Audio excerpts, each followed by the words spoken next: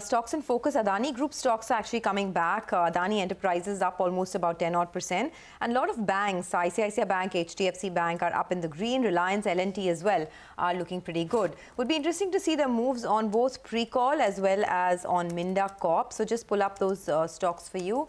There has been a small trade that has happened and we understand that Minda Corp will be acquiring a little under 16% in pre-call. Pre-call is up 3.5%. It's had a very strong run in the last 1 year or so, perhaps in anticipation of some deal. And of course, the synergies are very good for Minda Corp as well. As we've been telling you, pre-call is the second largest manufacturer of instrument clusters and fuel level sensors. So it makes sense for Minda Corp as well. But more on that in a bit. Both those stocks are well in the green. The other space to look at is technology because a lot of these stocks have had big moves in the last couple of days. Tech Mahindra is up about 11% just in 2 trading sessions. Omkar Tanksale, the senior research analyst at Axis Securities that tracks this space, joins in now. Omkar, one thing that's working in favor for these stocks is valuations, right? So Tech Mahindra, for example, it's trading at what, about 16 times forward compared to TCS and Infosys at over 20 times. Do you think there is a strong case for further upsides in names like Tech Mahindra?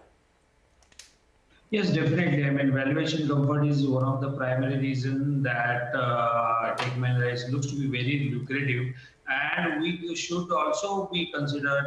And one reason for that, for the lesser valuation, is major exposure towards European side and the telecom side.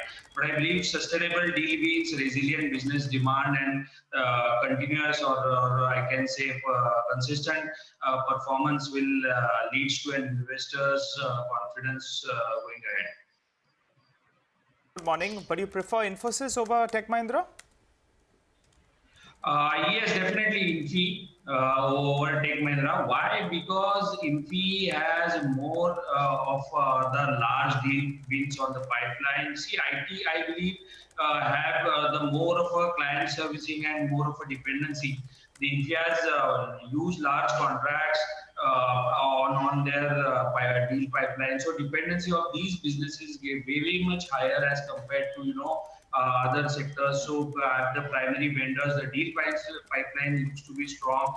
The revenue growth momentum is strong. That's why the valuation is premium. But I believe we can also expect the Infi to surpass the growth as compared to TCS or other sectors or other companies.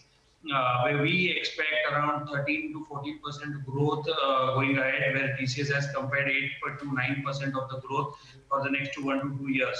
So Infi is a better bet, I believe, for going ahead. Okay, I got that. Just to come back, Omkar, on Tech Mahindra, the buzz, of course, doing the rounds has been, new man at the top. Of course, we spoke with the current CEO exactly a month ago in Davos. And he said nothing imminent is the feedback that we got. But how much of a premium would you place on this change? Or you think even if somewhere hypothetically, something were to come in the next couple of days, with this 12% pop that is already in the price, what's your sense? No, I believe that definitely the premium is there. I mean the kind of leadership that's going to be there is likely to have the positive impact on the stock size. I believe it's a bit of priced in, but I believe the pop-up in the price is not because of the leadership.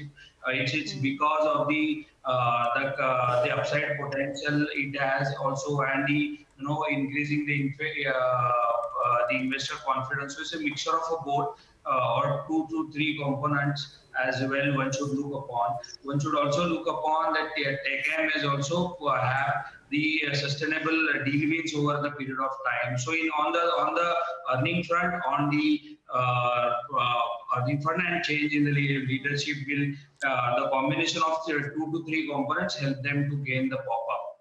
And also on the positive side of the benchmark indexes as well. Okay, in the mid-cap space, you like Persistent Systems. That one has been rallying ever since its numbers. It's sitting at a fresh 52-week high. What kind of upside do you see there? See, on the Persistent, they have acquired Visuality and Data Globe, which have helped them to grow with the newer hyperscalers and partner ecosystems. Now they have started gaining the momentum. So I believe the valuation is still very, very high as compared to others. But valuation, I believe, is a combination of the growth, the growing growing return on equity, and growing margin expansion. I believe these capabilities will help them to grow exponentially going ahead. So I believe around 15 to 20% from the current level in next 1 to 2 years going ahead. Okay, all right. We will leave it at that. Thanks a lot for joining in. So that's on the technology stocks and